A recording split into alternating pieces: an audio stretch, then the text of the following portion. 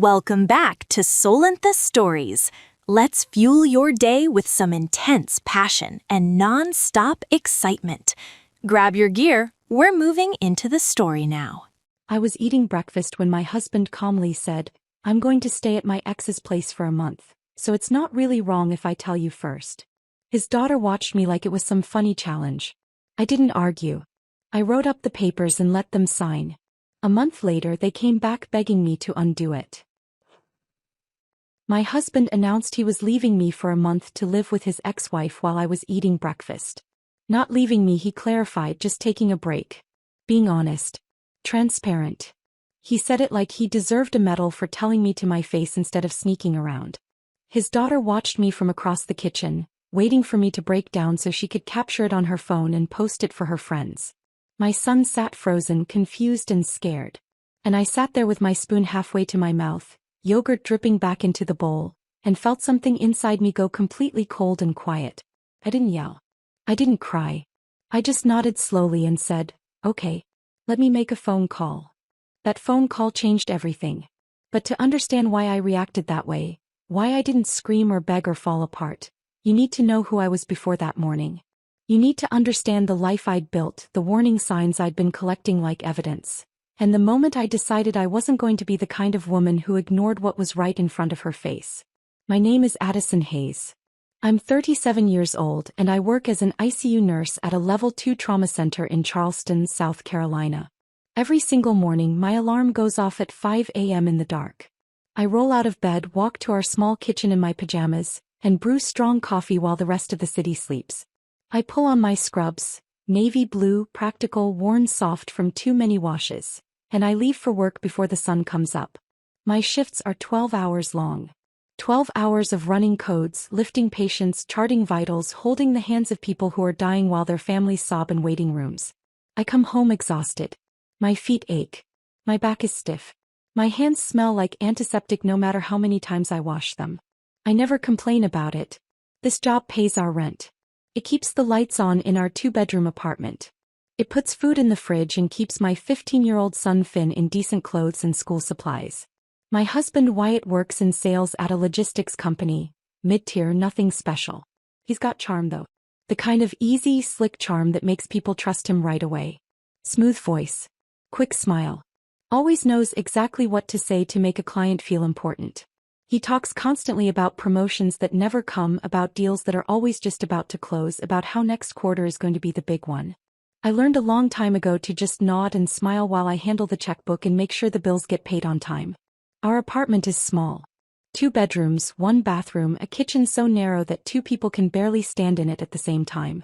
It feels crowded with 4 of us living there. Me, Wyatt, Finn, and Wyatt's 19-year-old daughter Morgan, who's been home from community college for the summer. Morgan has her father's confidence but none of the charm. She's loud. Opinionated. Always on her phone, always scrolling, always recording videos or taking selfies.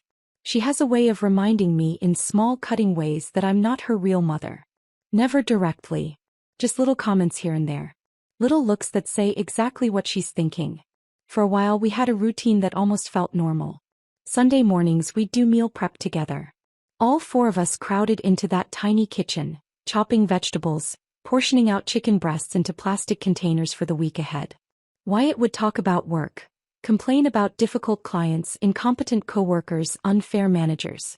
Morgan would scroll through her phone, occasionally glancing up to show us some video or add a sarcastic comment. Finn would help quietly, keeping his head down, trying not to get in anyone's way. I'd chop and measure and pack, keeping everything organized, keeping the peace. Weeknights we'd stream shows together. Wyatt always picked what we watched. We'd sit on the couch, me on one end, Wyatt on the other, Finn squeezed in the middle. Morgan would sprawl in the armchair with her phone in her lap, half watching, half scrolling. We'd share a bowl of popcorn. Make occasional comments about the plot. It wasn't passionate. It wasn't exciting.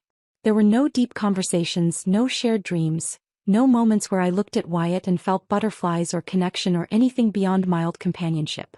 But it was stable. Predictable. Safe. I convinced myself that was enough.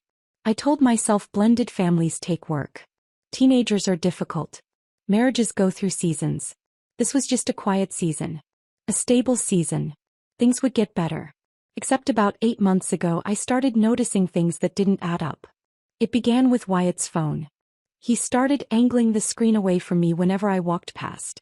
Just a slight tilt, nothing dramatic, but enough that I couldn't see what he was looking at. Then he started keeping it face down on the counter, always on silent. He'd wake up before me in the mornings and I'd hear him in the bathroom typing quickly, deleting messages. When I asked who he was texting so early, he'd say it was work stuff. Client emails. Nothing important. Then came the late meetings. 2, sometimes 3 nights a week he'd text me around 6 saying he had to stay late for a client pitch or a strategy session. He'd come home after 9 or 10, smelling faintly of perfume I didn't recognize. Expensive. Definitely not the cheap body spray I bought from the drugstore. He'd head straight for the shower even though he'd already showered that morning.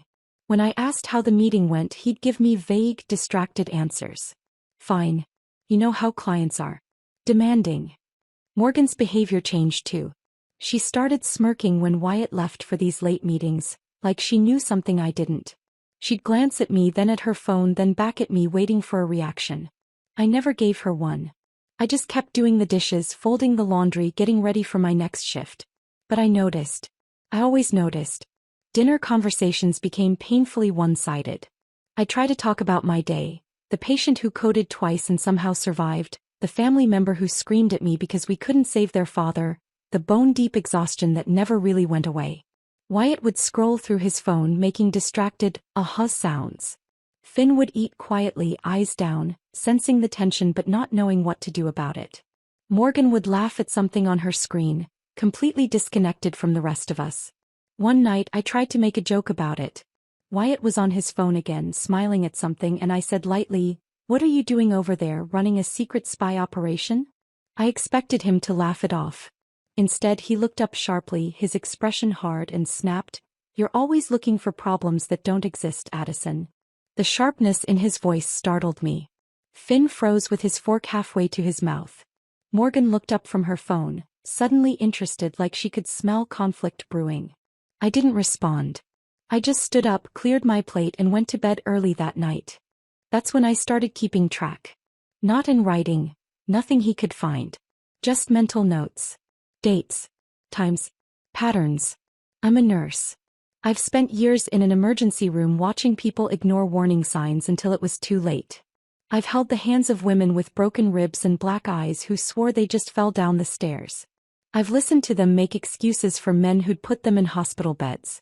I've watched them walk back out the door into the same dangerous situations, convincing themselves it would get better, that they were overreacting, that love meant giving endless second chances. I swore I would never be one of those women. So when my gut started screaming that something was wrong, I didn't ignore it. I didn't tell myself I was being paranoid or insecure or controlling. But I also didn't explode.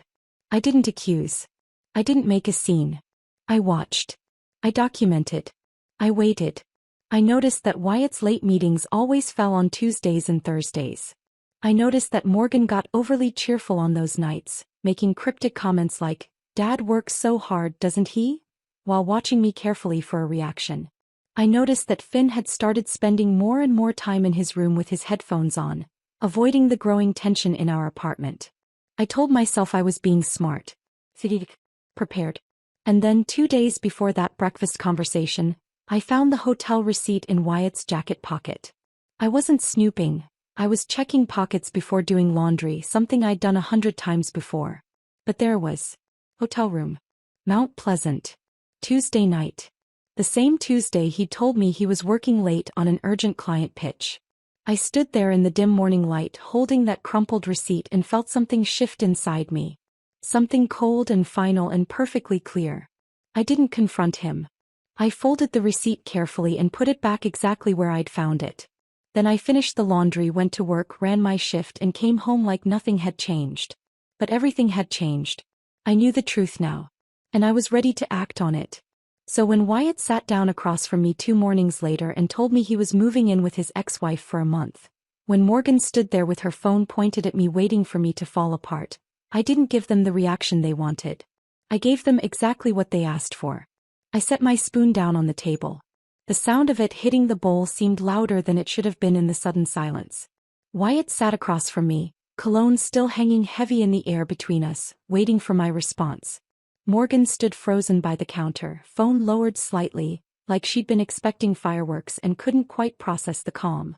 Finn looked between us, headphones dangling around his neck, confusion written all over his young face. "Let me make sure I understand this correctly," I said, keeping my voice level and measured. "You're planning to move in with your ex-wife for a month, and you think telling me in advance makes it acceptable?" Wyatt nodded, completely serious. "I'm being transparent, Addison. Isn't that what you always say you want? Honesty." I felt that strange calm settle deeper into my bones. The same calm that comes over me in the emergency room when a patient is coding and there's no time for panic, only action.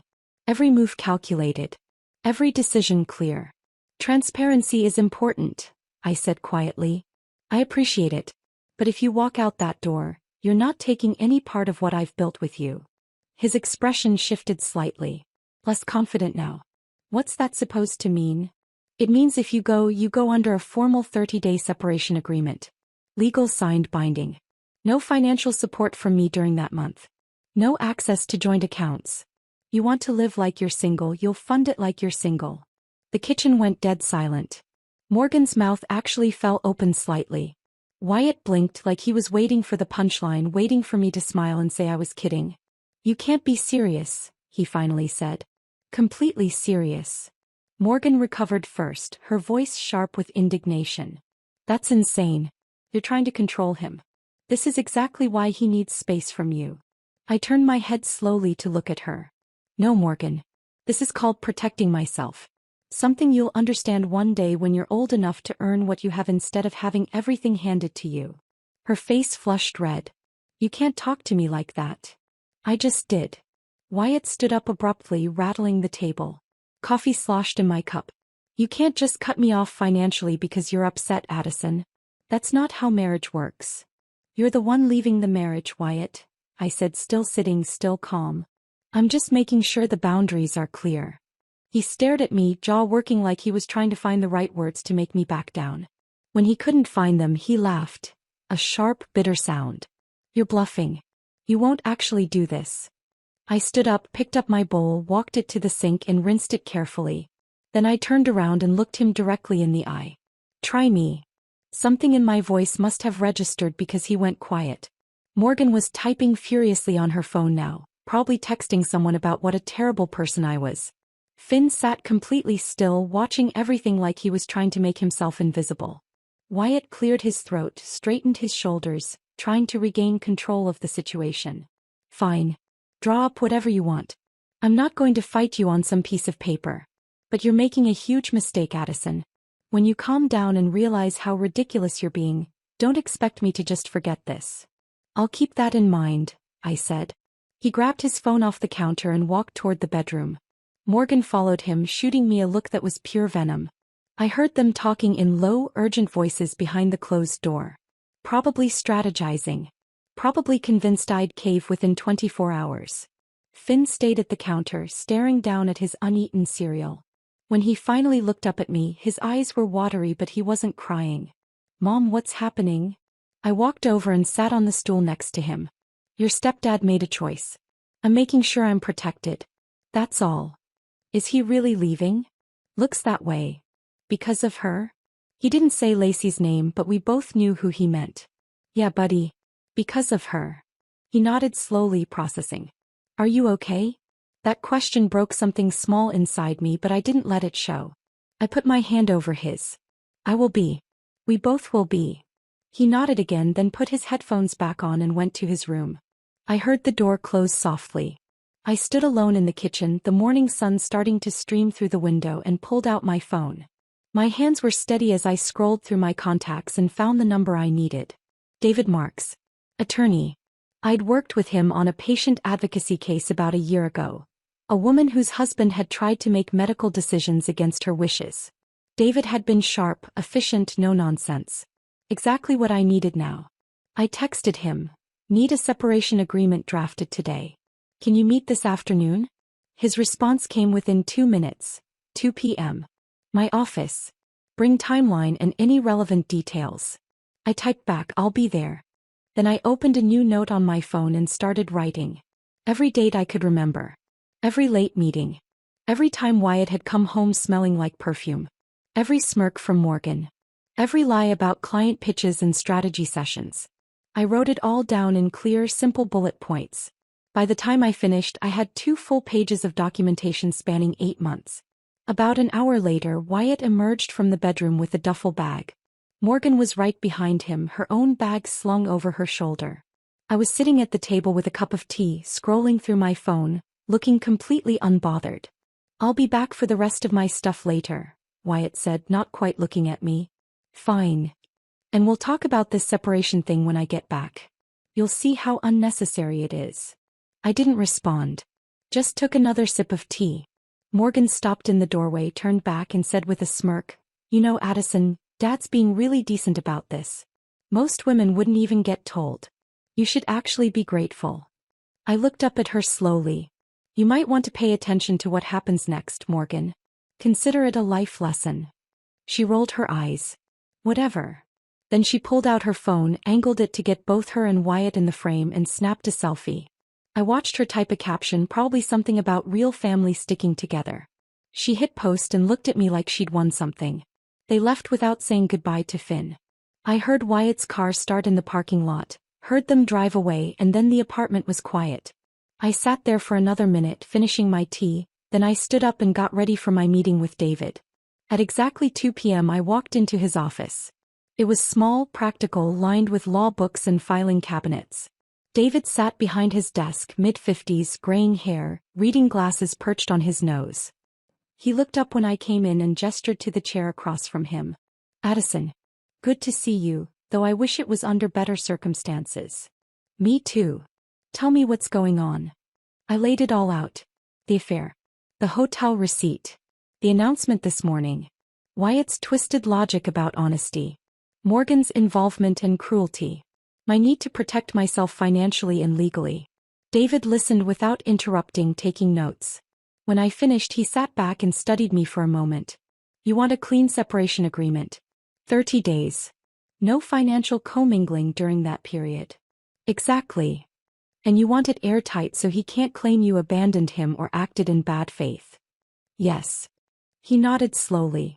"I can have this drafted by end of day. You'll have exclusive possession of the apartment.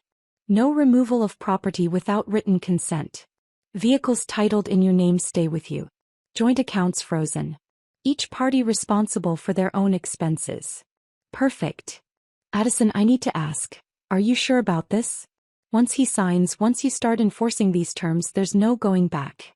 This becomes the foundation for a divorce filing." I looked him straight in the eye. "I'm sure." He nodded once, pulled his laptop closer and started typing. "Then let's get this done." By 4:30, I had a printed, notarized separation agreement in a folder. Clean, clear, legally binding. I drove home, walked into the empty apartment and set the folder on the kitchen table. Then I texted Wyatt, "Agreement is ready. Come sign it whenever you want to pick up your things." His response came an hour later. "You're really doing this?" I typed back, "You said you weren't going to fight me on it." 3 dots appeared, then disappeared, then appeared again. Finally, "Fine. I'll come by tomorrow morning." I set my phone down and looked around the apartment. It felt different already. Lighter somehow. Like something heavy had been lifted off the walls. I made dinner for Finn and me. We ate quietly, then watched a movie together on the couch. He didn't ask questions. Just sat close to me and I put my arm around his shoulders. That night I slept better than I had in months. And the next morning, when Wyatt showed up to sign the papers he hadn't bothered to read, I knew exactly what was coming next. Wyatt showed up the next morning at 9:30, right when he said he would. I heard his key turn in the lock, then stop. He tried it again. Nothing. I watched through the peephole as confusion crossed his face, then irritation. He knocked. 3 sharp raps. I opened the door, holding the folder with the separation agreement inside. "Locks changed already?" he asked, trying to sound amused but not quite pulling it off. "Safety precaution," I said. "The agreement's right here. You can read it in the living room if you want." He stepped inside, looking around like he expected something to be different. Everything looked exactly the same. Same couch, same coffee table, same framed photo of Finn from last year's school picture on the side table. Wyatt picked up the folder, flipped it open and scanned the first page.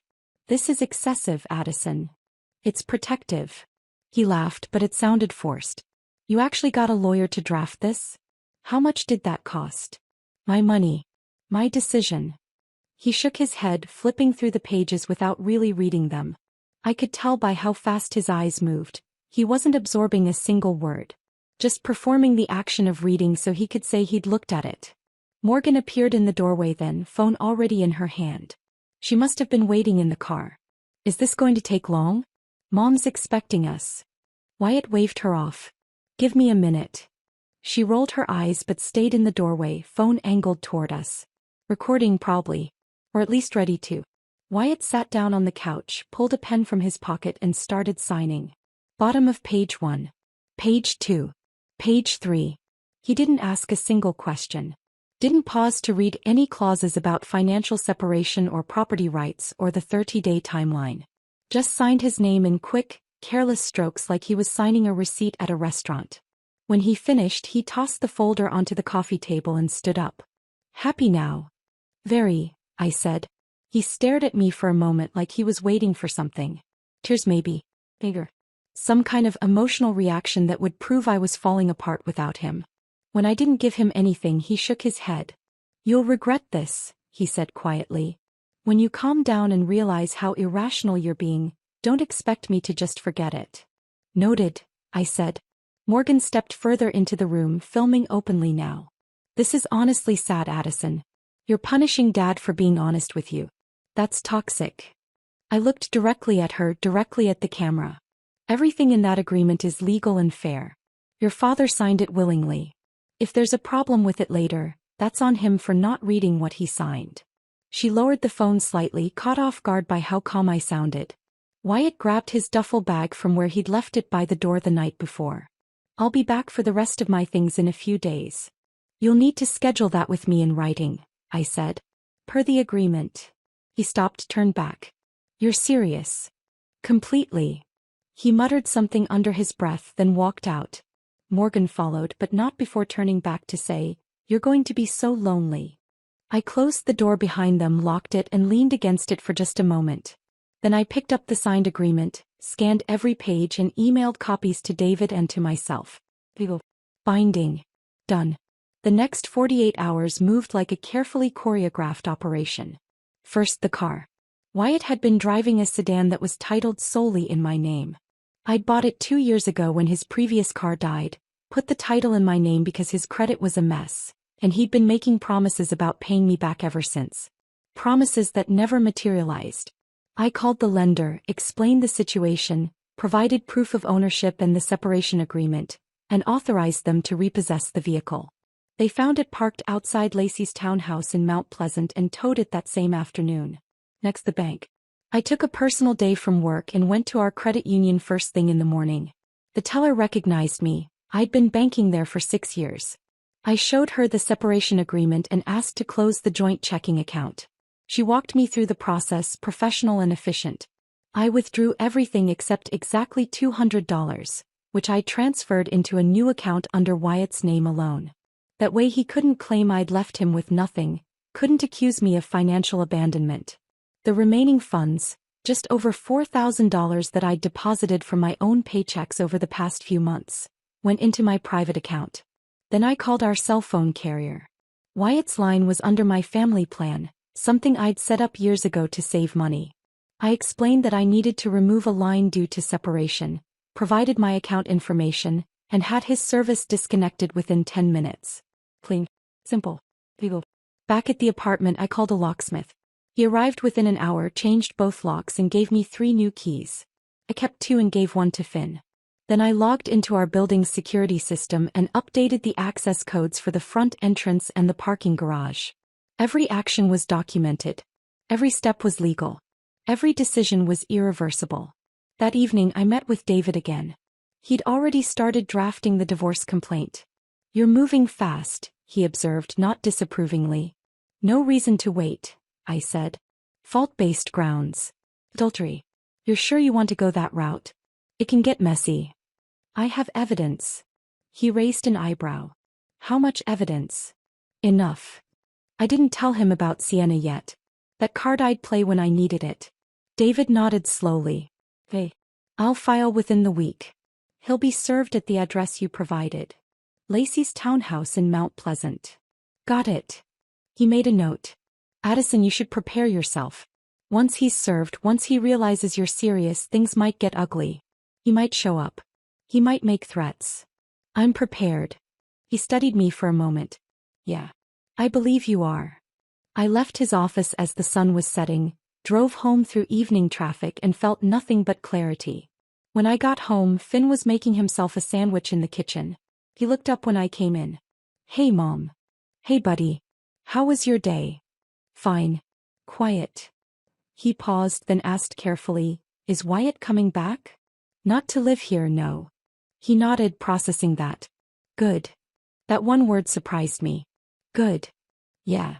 He took a bite of his sandwich, chewed, swallowed. He wasn't. I don't know. He wasn't nice to you. I noticed. Something in my chest tightened. You don't have to worry about that anymore. I know. He gave me a small smile. You're handling it. I am. He went back to his room and I stood alone in the kitchen feeling that same sense of lightness I'd felt the night before. Like I'd been carrying a weight I didn't even realize was there until it was gone. 3 days later, the final piece fell into place.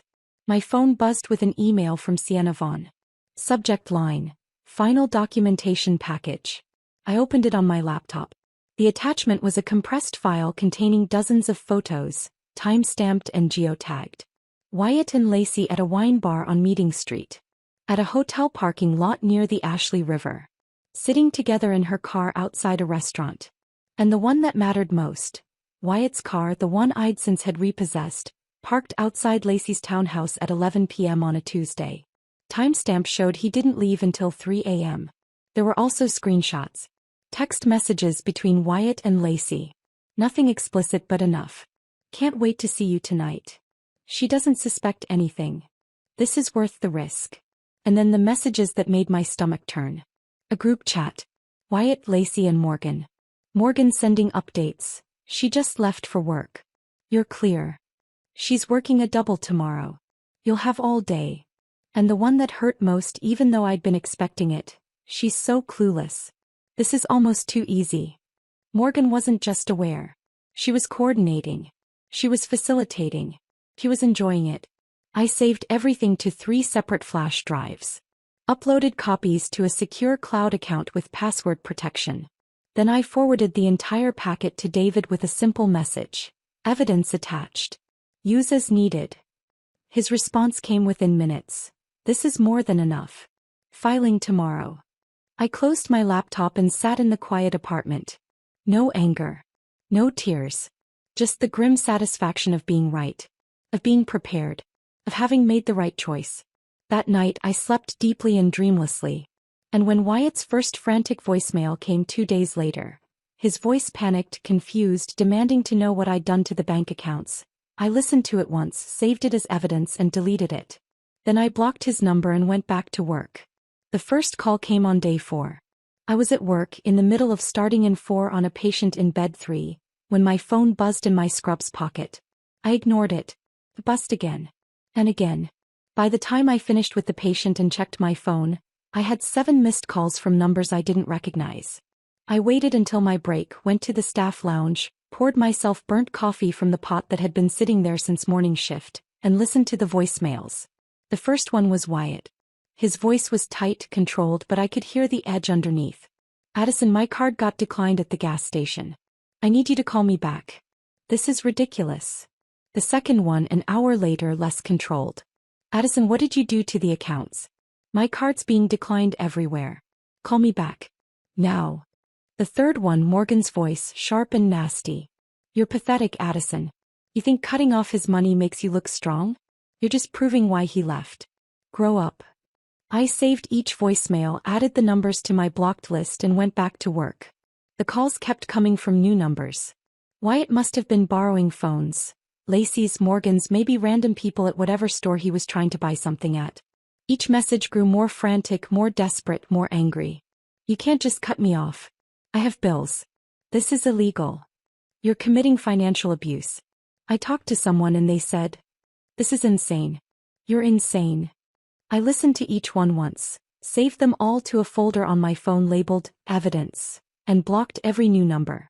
After the 10th call, I sent one text to the most recent number. You asked for separation. This is what you signed. See you in court. Then I blocked that number too and turned off notifications. At home that evening, Finn was doing homework at the kitchen table when I walked in. He looked up, saw my face, and asked quietly, "Wyatt?" "Yeah." "He keeps calling?" "Not anymore." Finn nodded and went back to his math problems. The kid was 15 but sometimes felt older than that. He'd been watching everything, taking it all in, saying nothing. I appreciated that more than I could tell him.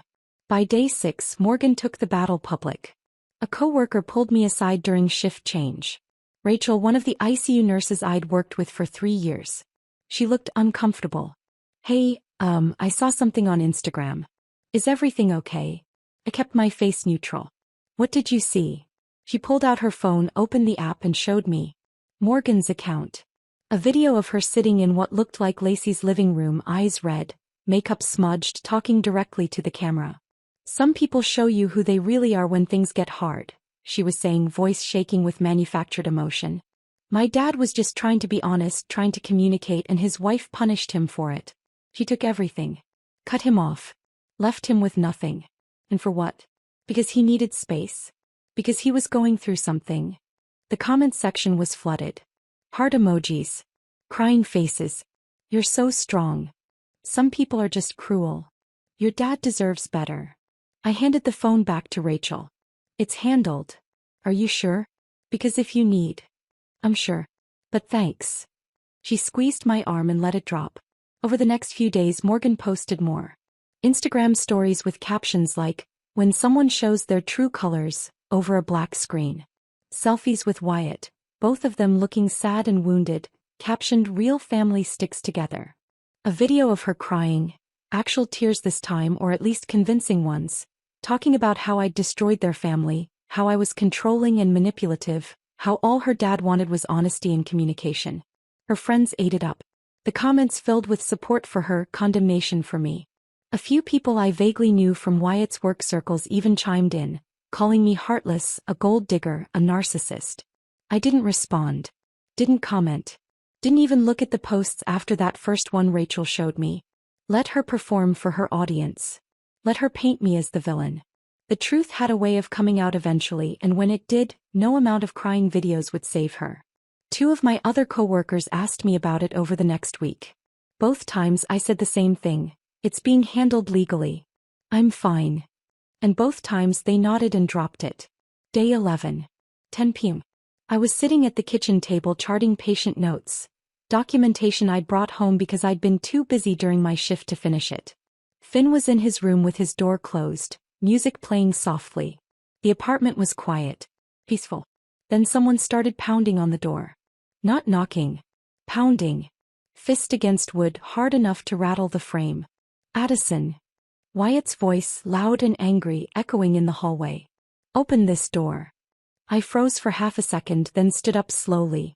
Walked to the door. Looked through the peephole. Wyatt's face was red, twisted with rage. His fist came down on the door again. Bang. Bang. Bang.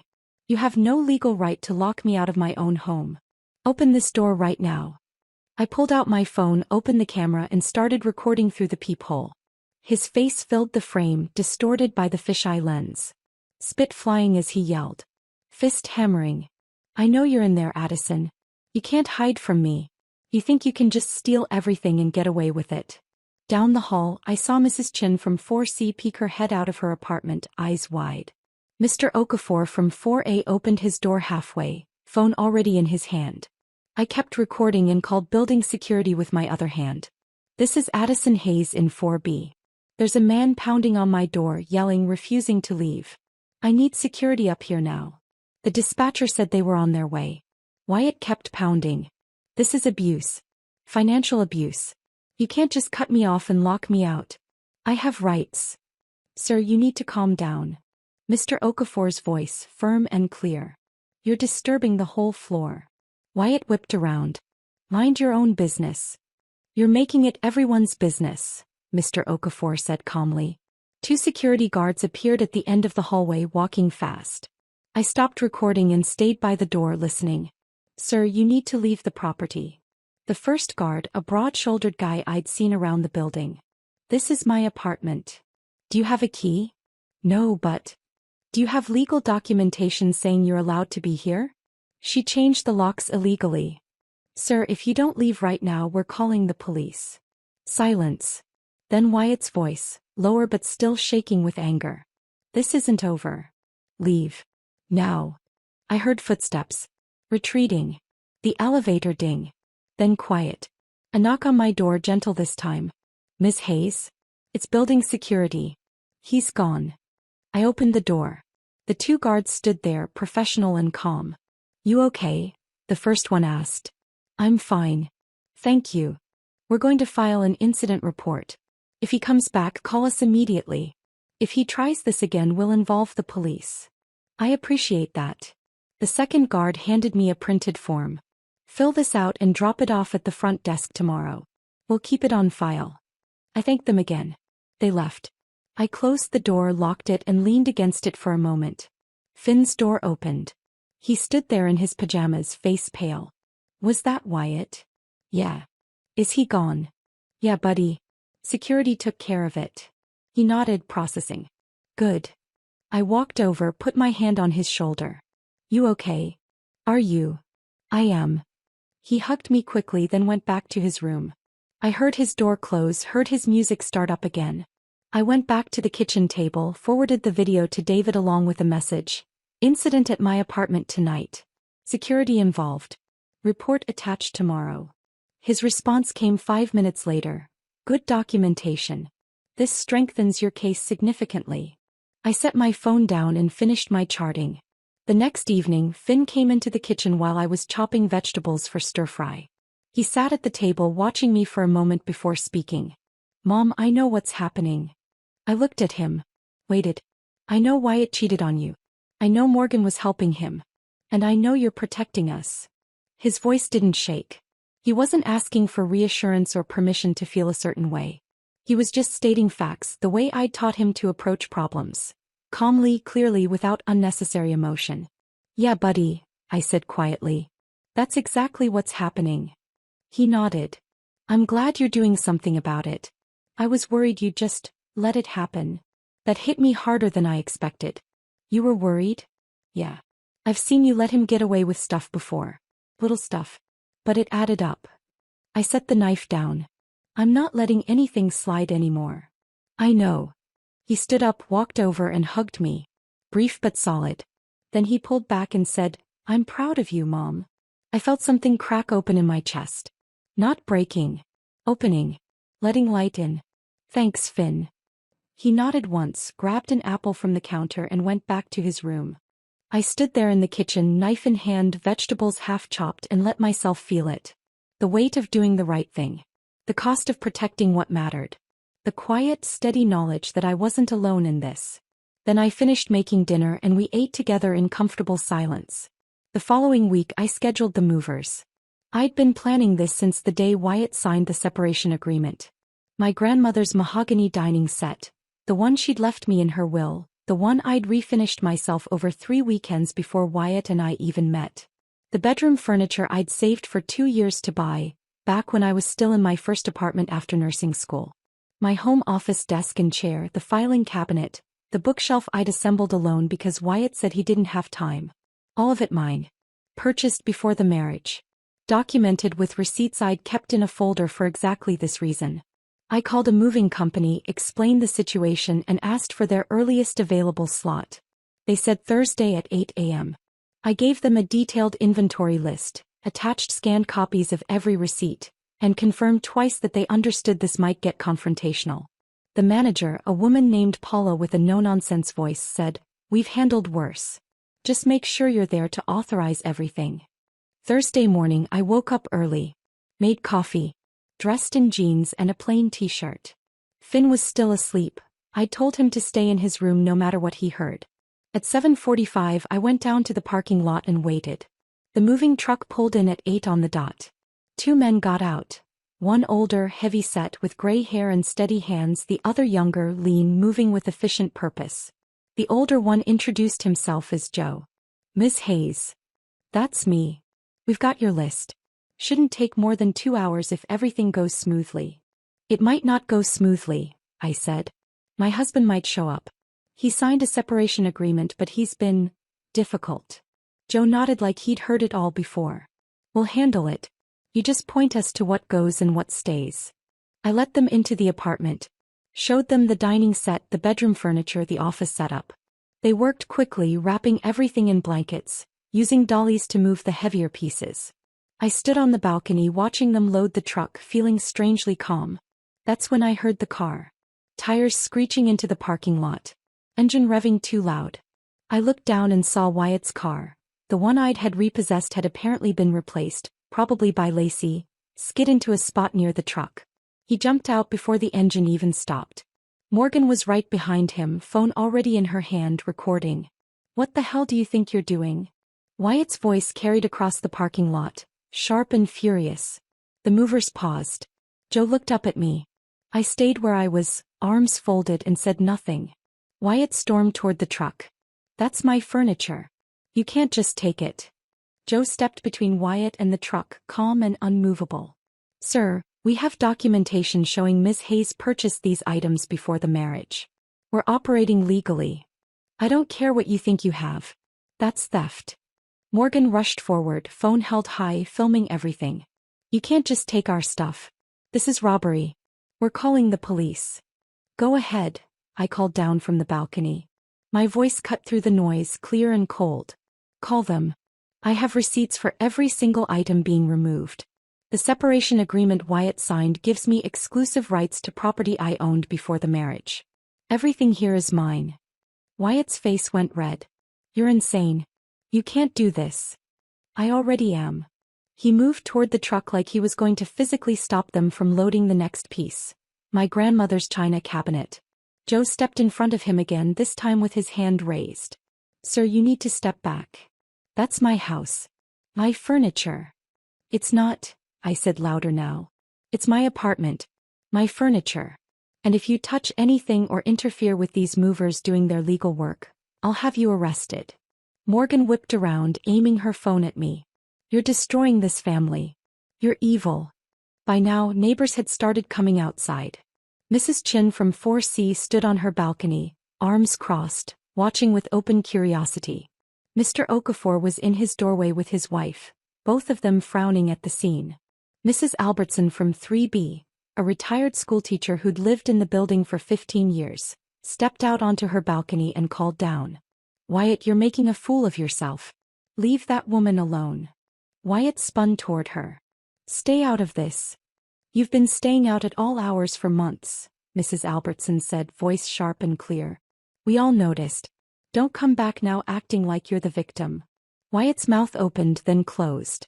Morgan kept filming, panning between me and the neighbors, probably trying to capture something she could spin online.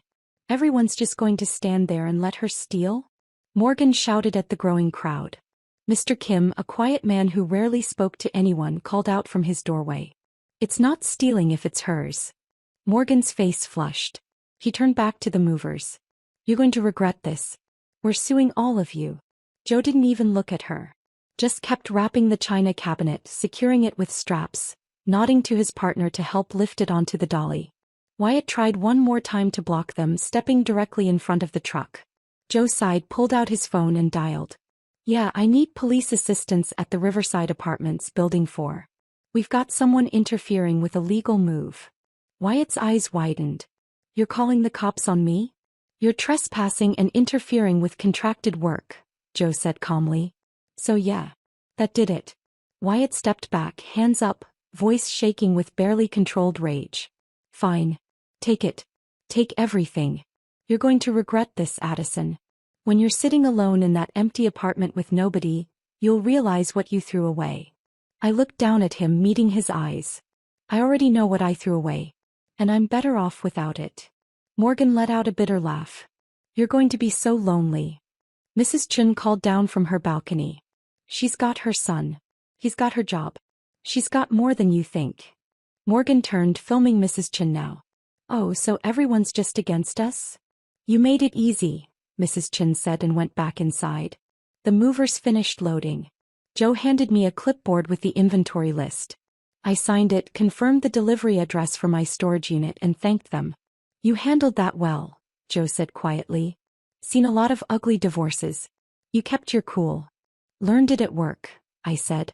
He nodded, climbed into the truck and drove away. Wyatt and Morgan stood in the parking lot watching the truck disappear. A few neighbors were still outside watching them. Nobody said anything, but the judgment was clear in their silence. Wyatt turned to look up at me one last time. "This isn't over." "Yes, it is," I said. Then I went inside and closed the balcony door.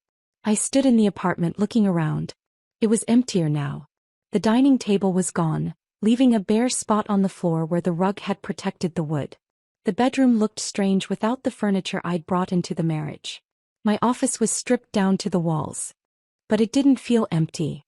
It felt clean. I made myself a cup of tea, carried it out to the balcony and sat down. The morning sun was warm on my face. The parking lot below was quiet again, neighbors gone back inside, drama over. I waited for the sadness to come.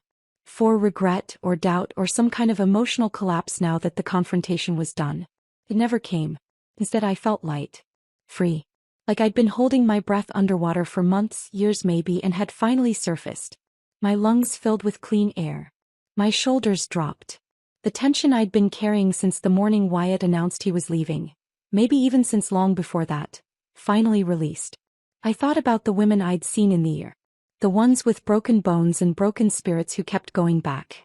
The ones who made excuses, who believed the promises, who convinced themselves they couldn't survive alone. I'd held their hands.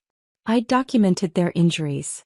I'd watched them walk back out into the same dangerous situations, and I'd felt helpless every single time. I'd sworn I would never be one of them. And I wasn't. I finished my tea, washed the cup, and went to check on Finn. He was awake, sitting on his bed with his headphones on, scrolling through his phone. He looked up when I opened the door. "Is it done?" "It's done." "Wyatt showed up?" "Yeah." "Made a scene." "Neighbors saw the whole thing." Finn nodded slowly. "Good. Now everyone knows." I hadn't thought about it that way, but he was right. Now everyone knew. The people who lived in this building, who saw me every day, who'd been watching for months. They knew the truth now. Not Morgan's version. Not Wyatt's spin. The truth. That night I slept better than I had in months. And when I woke up the next morning, the apartment still felt lighter. 3 weeks after the movers left, David called me at work. "We've got a court date," he said. "Judge Harmon. 2 weeks from today. 9 a.m. I was in the break room, halfway through a turkey sandwich, still wearing my scrubs from the morning shift. That's fast. Judge Harmon moves quickly on cases with clear evidence. She doesn't waste time. Good. Wyatt's attorney filed a response. They're claiming the separation agreement was signed under duress and that you're being vindictive. I almost laughed. Duress. He signed it without even reading it. I know. I've got the video you took, the timeline, everything. We're solid. Just be prepared for him to try to make you look bad. I'm prepared. 2 weeks later, Finn stayed home from school. I'd arranged it with his teachers ahead of time, told them I had a family matter to handle. He didn't ask to come to the courthouse and I didn't offer. Some things kids don't need to see. I dressed carefully that morning. Black slacks, white blouse, minimal jewelry. Professional. Comb. I pulled my hair back into a neat bun the same way I wore it at work and drove to the Charleston County Family Court building downtown. David met me outside. He was wearing a gray suit, carrying a leather briefcase, looking every bit the competent attorney he was. "Ready?" he asked. "Ready."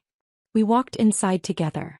The courthouse smelled like old wood and industrial cleaner. Our footsteps echoed on the tile floors. We took the elevator to the 3rd floor, walked down a hallway lined with wooden benches and found courtroom 3C. The courtroom was smaller than I expected. Fluorescent lights hummed overhead, casting everything in a flat, colorless glow. Wooden benches worn smooth from years of people sitting through the worst days of their lives. A South Carolina state flag hung next to the American flag behind the judge's bench. Everything felt heavy and formal and final. Wyatt was already there, sitting at the table on the left side of the room. His attorney sat next to him, A young guy, maybe late 20s, with a suit that didn't quite fit right and a nervous energy that showed in the way he kept shuffling papers. Wyatt looked thinner than I remembered. Tired. His shirt was wrinkled. He didn't look at me when I walked in. Morgan sat in the gallery behind him, arms crossed, glaring at me with pure venom. She'd dressed up for this. Blouse, skirt, makeup carefully applied. Playing the role of the wrong daughter. David and I sat at the table on the right. He arranged his files neatly in front of him, pulled out a legal pad and waited. At 9:05 the bailiff called out, "All rise." We stood. The judge entered from a side door. An older woman, probably mid-60s, with sharp gray eyes and silver hair pulled back in a tight bun that reminded me of the nurses I'd trained under years ago. No nonsense. Direct. She wore black robes and carried herself with the kind of authority that made the room go completely silent. "Be seated," she said, settling into her chair behind the bench. The bailiff announced the case. Hayes versus Brennan. Dissolution of marriage. Judge Harmon opened the file in front of her. She didn't rush. She read through the separation agreement first, running her finger down the pages, occasionally making notes in the margin. Then she moved to Sienna's documentation packet. The photos, the timestamps, the text messages. Then the security incident report from the night Wyatt showed up pounding on my door. Then the text message records David had submitted. The silence stretched. Wyatt shifted in his seat. His attorney kept glancing at him, then at the judge, then back at his notes. Morgan leaned forward, phone in her lap, probably wanting to record but not quite bold enough to try it in a courtroom. Finally, Judge Harmon looked up. She removed her reading glasses and set them on the bench.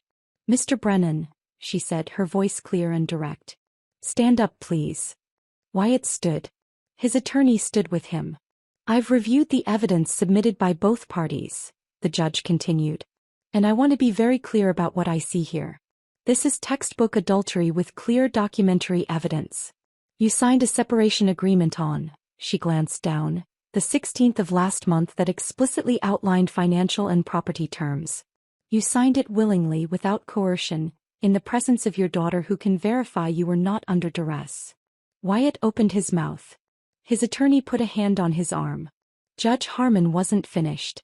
"You then violated the marital contract through documented infidelity. I have photographs, text messages, and third-party testimony confirming an ongoing affair with your ex-wife. You also showed up at Ms. Hayes's residence in violation of the separation agreement, creating a disturbance that required security intervention." She paused, letting each word land with weight. "Ms. Hayes is granted the divorce. You forfeit all claims to spousal support and any joint property acquired during the marriage. The separation agreement you signed is incorporated into this final order. The terms are binding and enforceable. Do you understand?" Wyatt's face had gone pale. "Your Honor, Do you understand, Mr. Brennan?" His attorney whispered something. Wyatt swallowed hard. "Yes." "Good. We're done here." Judge Harmon banged her gavel once. "The final." The sound echoed in the small courtroom. "Court is adjourned." She stood, gathered her files, and disappeared through the side door. For a moment nobody moved. Then Wyatt sank back into his chair, staring at the table in front of him like he couldn't quite process what had just happened. His attorney packed up his briefcase quickly, murmured something about filing options and left. David turned to me. "That's it. You're divorced. Clean break. Everything you wanted." I nodded. I felt calm. Clear. Like a chapter had closed and I could finally move forward without looking back.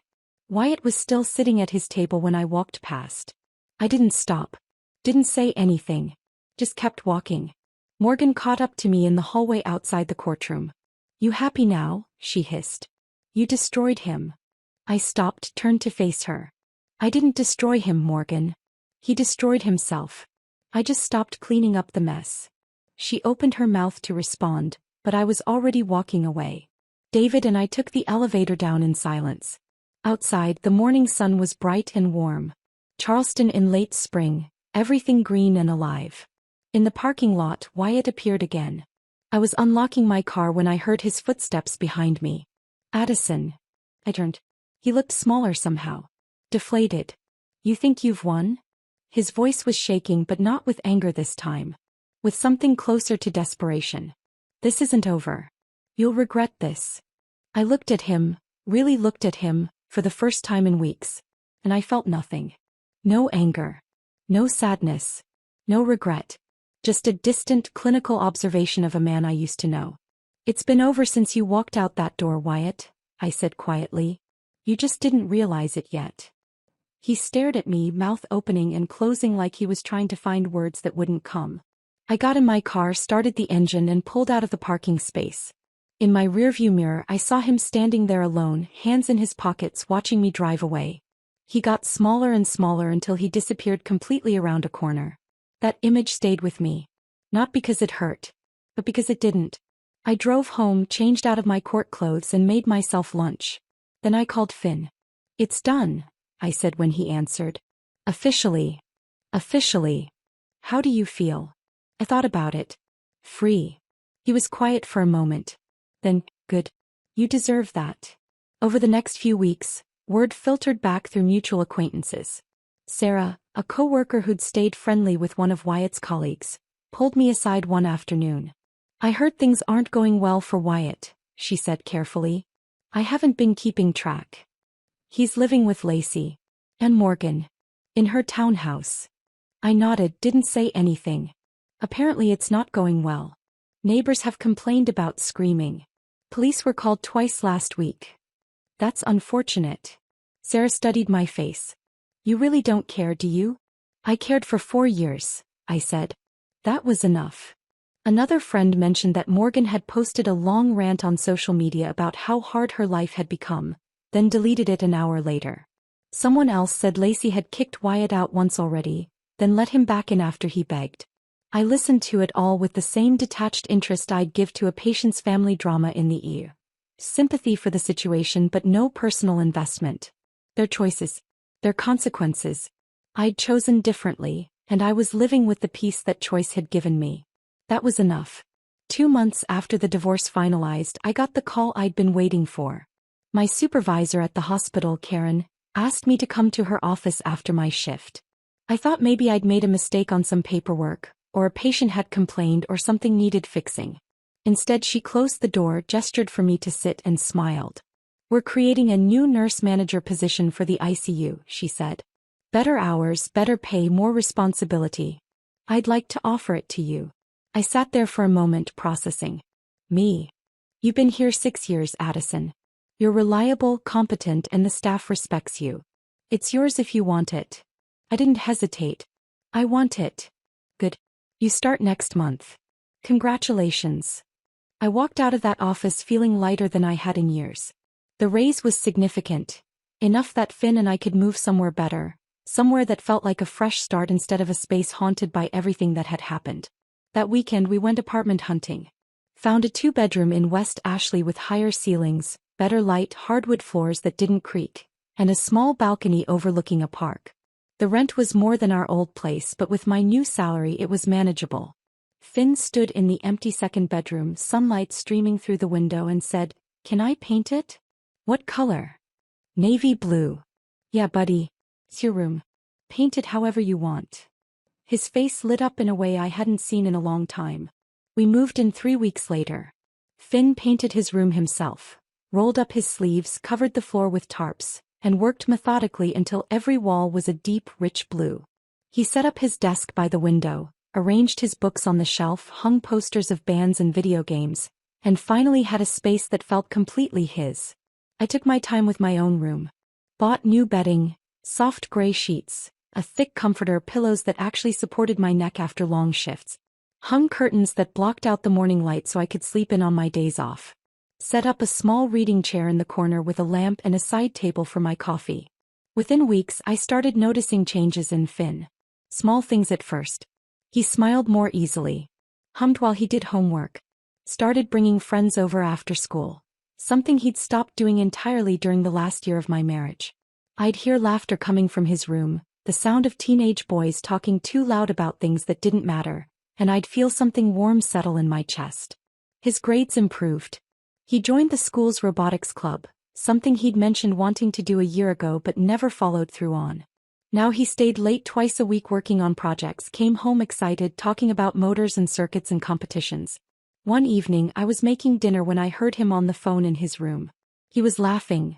Really laughing, the kind that comes from deep in your chest and doesn't stop. I stood in the kitchen listening and realized I hadn't heard him laugh like that in over a year. Maybe longer. The weight we'd both been carrying was finally gone. Around the same time, word started filtering back about Wyatt.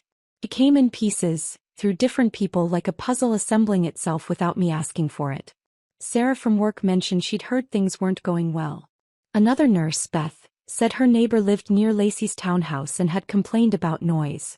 A former co-worker of Wyatt's ran into me at the grocery store and said awkwardly that he'd heard Wyatt was going through a rough patch. I nodded politely each time, didn't ask for details, didn't engage. But the information kept coming anyway. Then about 3 months after the divorce, Rachel sent me a link. "Have you seen this?" she texted. "You might want to." I was sitting on my balcony, coffee in hand, enjoying a rare quiet morning. I clicked the link. Facebook. Wyatt's profile. A video titled "Speaking My Truth." I almost didn't watch it. Almost deleted the message and went back to my coffee. But curiosity got the better of me. The video started with Wyatt sitting in what I recognized as Lacey's living room. Floral couch, beige walls, cheap framed art. His eyes were red. His voice shook slightly like he was barely holding it together. "I just want to be honest with people who care about me," he began. "Because I've been going through something really difficult and I think it's important to share my story." He went on for another minute. Talked about how he'd tried to be transparent with me, how he'd made mistakes but owned up to them, how I'd punished him for being honest. He used words like controlling, financially abusive, vindictive. He painted himself as the victim of a cold, heartless woman who destroyed their family out of spite. The comments section was already filling up. Sympathy poured in. "You're so brave for sharing this. Some people are just toxic. You deserve so much better, man." I watched about 30 seconds more, then closed the browser. Let him perform. Attention was the drug he'd been chasing his whole life, and I wasn't his supplier anymore. I finished my coffee, deleted the link from my messages, and went back to reading my book. During the marriage, I'd let so many friendships fade. Wyatt hadn't liked when I went out without him. He'd always had some comment when I made plans, questioning why I needed to see people so often, suggesting we spend the evening together instead, making me feel guilty for wanting time with friends. Eventually I'd stopped trying. Stopped texting people. Stopped making plans. Shrunk my world down to work and home in the small, suffocating space Wyatt had carved out for me. After the divorce, I started reaching out again. Tentatively at first, then with more confidence. Rachel was the first. We'd been in nursing school together, studied through endless nights fueled by coffee and stress, promised we'd stay close after graduation. Life had gotten in the way, her marriage, my marriage, work schedules that never aligned. But when I texted her, she responded immediately. "Coffee this weekend?" I asked. "Yes. Absolutely. Saturday morning." We met at a cafe near the hospital. When I walked in, she stood up and hugged me so tight I thought my ribs might crack. "I've missed you," she said. "I've missed you too." We sat for 3 hours. Talked about everything. She told me she'd wanted to say something during my marriage, had seen the way I'd changed, the way I'd stopped laughing, stopped being myself. But she hadn't known how to bring it up without pushing me away. "I'm sorry I didn't say anything," she said. "I wouldn't have listened," I admitted. "I wasn't ready." "You're ready now." "Yeah. I am." We started meeting every other week. Sometimes for coffee, sometimes for lunch, sometimes just walking around downtown Charleston talking about nothing and everything. Having her back in my life felt like finding a piece of myself I'd forgotten existed. I joined a book club that met at a local library. Went to a colleague's birthday party and stayed out until midnight, dancing and laughing and remembering what it felt like to just exist without constantly monitoring someone else's mood. Reconnected with people from college, from old jobs, from different chapters of my life that I'd closed off when Wyatt decided they weren't worth my time. I remembered who I'd been before I'd made myself smaller to fit his ego. That woman was still there. Just buried. Now she was breathing again. One Saturday morning I woke up naturally. No alarm. No jolt of panic. No dread about what the day might bring. Sunlight streamed through my bedroom window, warm and soft. I lay there for a moment, just breathing, feeling the weight of the comforter, listening to the distant sounds of the park below. Kids laughing, a dog barking, someone playing music. I got up, made coffee, and carried it out to the balcony. Sat in my pajamas, hair messy, no makeup, no agenda. I opened a book I'd been meaning to read for months and just existed. No one criticized how I was spending my time. No one needed anything from me in that moment. No one was keeping score. Around 10, Finn emerged from his room, still in his pajamas, hair sticking up in every direction. He made himself breakfast, eggs and toast, slightly burnt but edible, and brought it out to the balcony. "Morning, Mom." "Morning, buddy." He sat down in the chair next to me, ate quietly for a minute, then said, "This is nice." "What is this?" "Just us. The apartment. Everything." I looked at him. 15 years old, growing into someone I was proud of, someone who'd survived the chaos and come out stronger. "Yeah," I said. "It is." That afternoon we went to the park. Threw a frisbee back and forth, badly, laughing every time one of us missed. Got ice cream from a truck parked near the playground. Sat on a bench watching people walk by, talking about nothing important. His robotics project, a movie he wanted to see, whether we should get a dog. These small, ordinary moments became proof. Proof that I'd made the right choice. Proof that peace wasn't something you stumbled into. It was something you fought for, protected, earned. And I'd earned this. That evening, I stood on the balcony watching the sun set over the park, and for the first time in years, I felt completely, entirely at peace. 4 months after the divorce, my phone rang on a Tuesday evening. I was sitting on the balcony, feet up on the railing, watching the sun sink below the trees in the park. Finn was inside doing homework, music playing softly from his room. The air was warm, carrying the smell of someone grilling nearby. I had a glass of iced tea sweating on the table beside me and a book open in my lap. Unknown number. I almost let it go to voicemail. I'd gotten good at ignoring unknown numbers. They were usually spam or occasionally Wyatt calling from yet another borrowed phone that I'd block within minutes. But something made me answer this time. Maybe intuition. Maybe curiosity. "Hello." Silence on the other end. Then a breath. Then a voice I recognized but barely. "Addison." "Morgan." But not the Morgan I'd last heard. Loud, confident, dripping with contempt. This voice was small. Shaking. Stripped of every ounce of arrogance. I didn't know who else to call. I stayed silent. Waited. She took a shaky breath. "Mom kicked Dad out. For good this time. He's been staying in his car for the past week. I got fired from my job because I kept missing shifts and showing up late. And Her voice cracked. "I'm pregnant. The guy won't return my calls. He blocked me. I don't have anyone else." I looked out at the park. A couple walked by holding hands. A dog chased a tennis ball across the grass. "Please, Addison." Morgan's voice was breaking now, words coming fast and desperate. "I know I was awful to you. I know I don't deserve help. But you're the only one who ever actually took care of things. You always knew what to do. Can you please help me? Can you undo the divorce so Dad can get back on his feet and maybe he can help me and we can—" "Morgan," I said quietly, cutting her off. She went silent. I leaned back in my chair, still looking out at the park. My voice was calm, clinical, the same tone I used in the ER when gathering patient history from someone in crisis. "Where's your father right now?" Silence. Then, in a whisper, "Living in a motel off Highway 17. Near the truck stop. He can't help me. He can barely help himself." "Where's your mother?" Another pause, longer this time. "She said I made my choices and I need to live with them. He kicked us both out last week. Said she was done cleaning up our messes." I absorbed that. Lacey, who Morgan had defended so fiercely, who was supposed to be the loving mother Wyatt had returned to, had thrown them both out. "What about your friends?" "They're tired of hearing about it. They said I need to figure it out on my own." Morgan was crying now. Not the performative crying from her social media videos. Real crying. The kind that comes from realizing you've burned every bridge and there's no way back across the water. "Please, Addison. I'm begging you. I know I was horrible. I know I helped Dad cheat. I know I mocked you and posted things and made everything worse. But you always fix things. Can't you just help me one more time?" I took a breath. Considered my words carefully. Morgan listened to me. She went quiet, breathing hard through her tears. "I'm not happy you're hurting. I don't take pleasure in your suffering. I genuinely hope you find a way through this. Then help me. Please." But when you and your father decided I wasn't part of your family, I believed you. I rebuilt my life without you in it, and I'm staying in that life. Addison. Every choice has consequences, I continued, my voice steady. The disrespect, the mockery, the public humiliation, helping your father cheat, filming me to post online. Those were your choices. The signed papers, the legal separation, the divorce, the loss of financial support. Those were the consequences. You need to understand that actions have weight. And you're feeling that weight now. I was stupid. I was 19 and stupid. You were old enough to know better.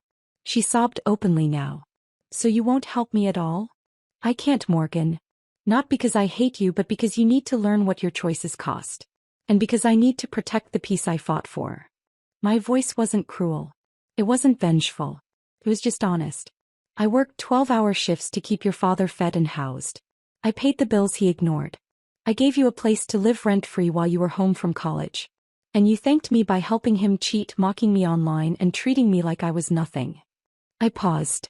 I'm not angry anymore, Morgan. But I'm also not going back. I can't fix this for you. You're going to have to fix it yourself. Silence stretched between us. I could hear her crying, could hear traffic in the background on her end. She was probably calling from outside somewhere. Finally, she whispered, "Okay. There are resources," I said softer now. "If you need help with the pregnancy, there are clinics, community centers, social services. I'm not leaving you with nothing, Morgan. I'm just not going to be the one who saves you. I understand. Good luck." She hung up without another word. I sat there holding the phone, looking out at the park as the last light faded from the sky.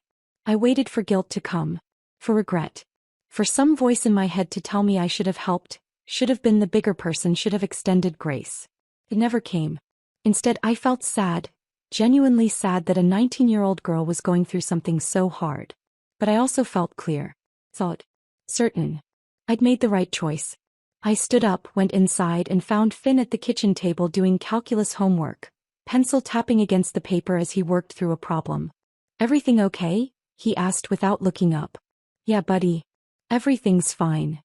He nodded, went back to his work. The next morning, I woke up early. The apartment was quiet, light just starting to filter through the curtains. I made coffee, got dressed, and knocked on Finn's door.